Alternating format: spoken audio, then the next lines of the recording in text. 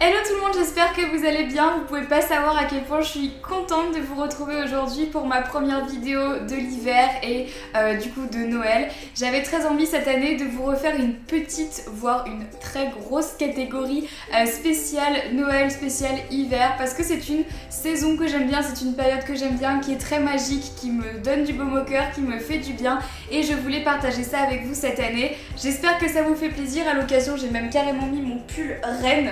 Je sais pas si vous avez vu, mais voilà, c'était un peu pour fêter l'arrivée plus que proche du mois de décembre et donc des vlogmas, et j'avais très envie du coup de vous faire une petite vidéo spéciale Winter DIY, inspiration, un petit peu de tout. Du coup dans cette vidéo je me suis un petit peu plus axée sur les do it yourself décorations justement de l'hiver qu'on peut faire pour sa maison.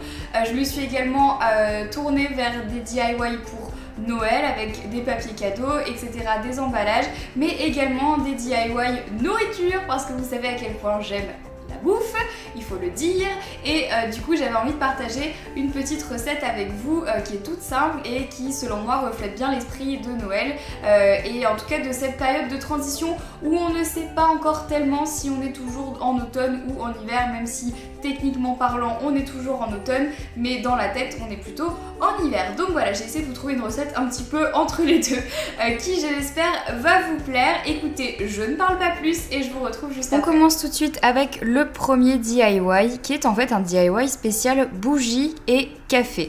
Alors pour toutes celles qui adorent l'odeur du café, je pense que ça va vraiment être le meilleur DIY de cette vidéo pour vous.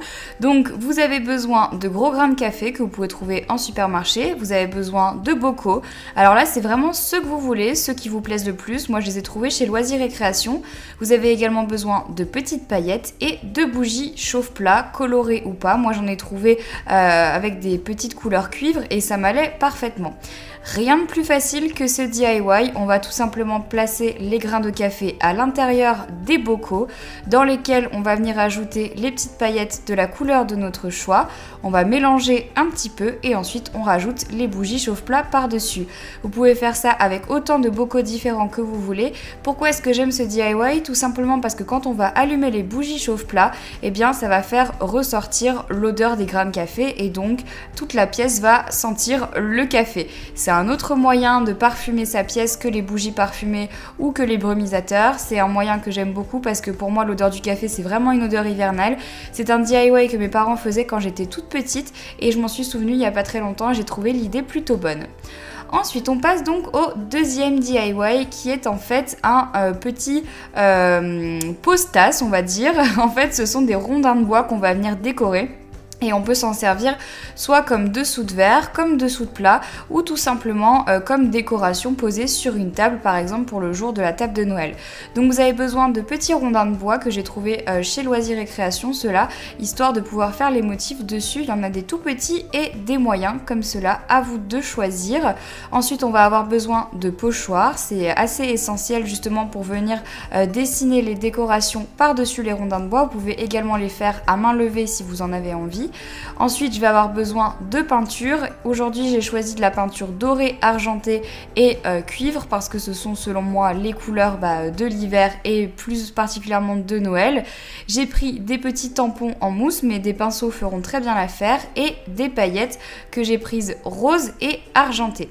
Alors là, rien de plus simple encore une fois. On va prendre un petit morceau de papier sur lequel on va venir mettre la peinture. Avec nos petits tampons, on met de la peinture dessus, on les place sur les pochoirs et sur les rondins de bois. On enlève délicatement et ça y est, on a tout simplement notre motif. Mais nous, on ne va pas s'arrêter là. Soit vous pouvez décider évidemment de vous arrêter là et vous estimez que ça suffit, ou alors vous pouvez venir rajouter des petites paillettes par-dessus. Alors il faut le faire assez rapidement, il ne faut pas attendre en fait que la peinture sèche de manière à ce qu'elle colle les paillettes. Donc faites bien attention également pour ne pas que ça bave, enlevez votre pochoir tout doucement. Alors les paillettes on les rajoute soit comme ça ou alors comme je le fais au doigt tout bêtement en tapotant sur la peinture et ça va se coller tout seul. Soit vous pouvez laisser les motifs comme ça, soit avec des crayons argentés dorés, vous pouvez venir rajouter quelques décorations qui ont un rapport avec le pochoir que vous avez fait. Là je viens de faire quelques petits flocons autour du sapin, je vais faire la neige en dessous du bonhomme de neige avec quelques petits flocons. C'est pas obligatoire mais ça rajoute un petit cachet que j'aime bien. Et donc voilà pour ces petits DIY qui peuvent vraiment servir de décoration de table. Moi j'aime bien, je trouve que ça apporte un petit côté rustique et très mignon et on voit que c'est fait main et c'est ça qui donne du cachet. En tout cas moi j'aime beaucoup. Le troisième DIY, c'est une recette de muffins à faire très rapidement à la maison avec ce qu'on a un petit peu en ce moment comme genre de fruits. Donc là aujourd'hui on va faire des muffins pommes et myrtilles. Moi j'ai fait ça justement avec des fruits qui me restaient dans ma panière. Donc c'est pas très compliqué. Pour faire cette recette, vous allez avoir besoin de quelques ingrédients, mais sachez que c'est modulable et que si jamais vous, par exemple, vous avez des poires, vous pouvez très bien prendre des poires. Alors là, j'utilise l'équivalent d'une pomme complète, de 3 œufs, quelques myrtilles, du sirop d'agave, du bicarbonate de soude. Ensuite, j'utilise 100 g de poudre d'amande et 200 g de farine. Et c'est tout. Voilà, tout simplement. Rien de très compliqué pour les ingrédients de ces muffins. Donc, tout bêtement, dans mon saladier, je vais d'abord venir casser les œufs. Donc, on casse les 3 œufs entiers. On va utiliser et le blanc et le jaune. Suite à quoi je vais venir rajouter mon sirop d'agave après avoir mélangé. Donc là je n'avais pas de fouet hein. Donc voilà, j'ai fait ça à la fourchette mais ça marche très très bien. À la place du sirop d'agave vous pouvez mettre du sucre si jamais vous n'avez pas de sirop d'agave. Je rajoute ensuite un petit peu de crème de coco qui n'est pas obligatoire. Je rajoute ma poudre d'amande et ma farine. Donc là en fait je vous l'ai pas dit mais j'utilise une farine sans gluten parce que c'est de la farine que j'avais à la maison. Mais vous utilisez bien évidemment la farine que vous souhaitez, peu importe, ça n'a pas d'importance.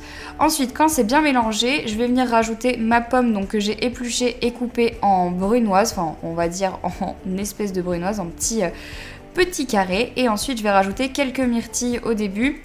Ça c'est vraiment ce que j'aime le plus en fait.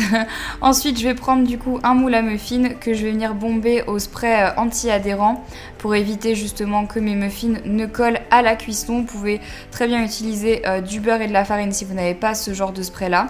Et puis tout bêtement avec une louche je vais venir remplir mes petits muffins.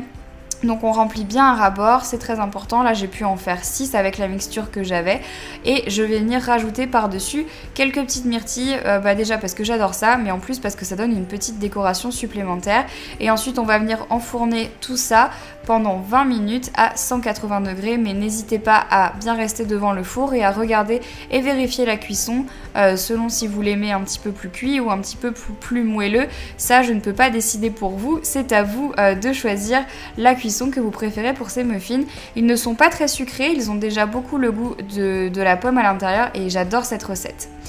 On passe maintenant au dernier DIY de cette vidéo qui est mon DIY préféré parce qu'il me rappelle vraiment beaucoup mon enfance et d'ailleurs je suis assez émue à l'idée de vous le présenter. Ça peut paraître un peu idiot mais c'est vraiment quelque chose que j'aime beaucoup puisque c'est en fait tout simplement une orange avec des clous de girofle à l'intérieur et c'est un DIY que je faisais l'après-midi avec mon papa et ma belle-maman quand il faisait froid en hiver. Donc c'est vraiment quelque chose qui me tient tout particulièrement à cœur. Donc vous avez besoin d'une orange ou d'une clémentine, moi je préfère les oranges, et des clous de girofle.